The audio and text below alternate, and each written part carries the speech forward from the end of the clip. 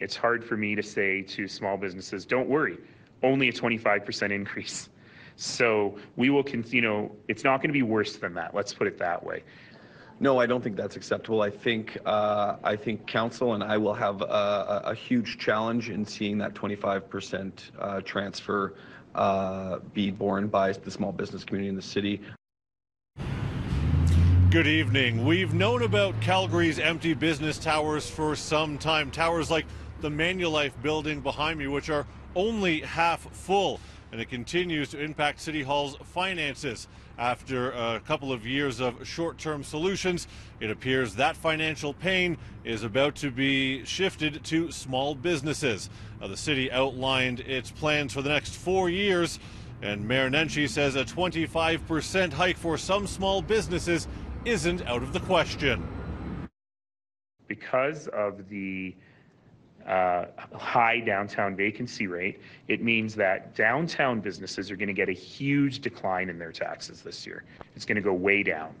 But businesses outside of the downtown, in order to make up for that, are looking at rather large increases. So council is well aware of this problem, and we've understood it for the last couple of years. And what I say to those small businesses outside of the downtown is, we've got your back. We've had your back the last couple of years. We probably will not be able to do the same thing we did in the last 2 years, which is let everyone keep their decreases, but anyone who is increasing, cap it at 5%. But there are creative solutions out there, and we'll have a solution to that in January. So how do we get to 25%? Well, to keep the tax increase at that 5% rate it's been capped at the last couple of years, the city would need to come up with $89 million. In order to cap it at 25%, the city would need to come up with $49 million. But again, that only applies to 2019. We have, as a city, had a good run for a number of years, and now we have reached a constraint in a number of different ways. We've used up a significant amount of our reserves in the downtimes, and we're seeing the federal and provincial government's capital funding sources dry up. I keep on reminding Calgarians and everyone that for every dollar of tax that's collected out of this city, we only get 20 cents in return.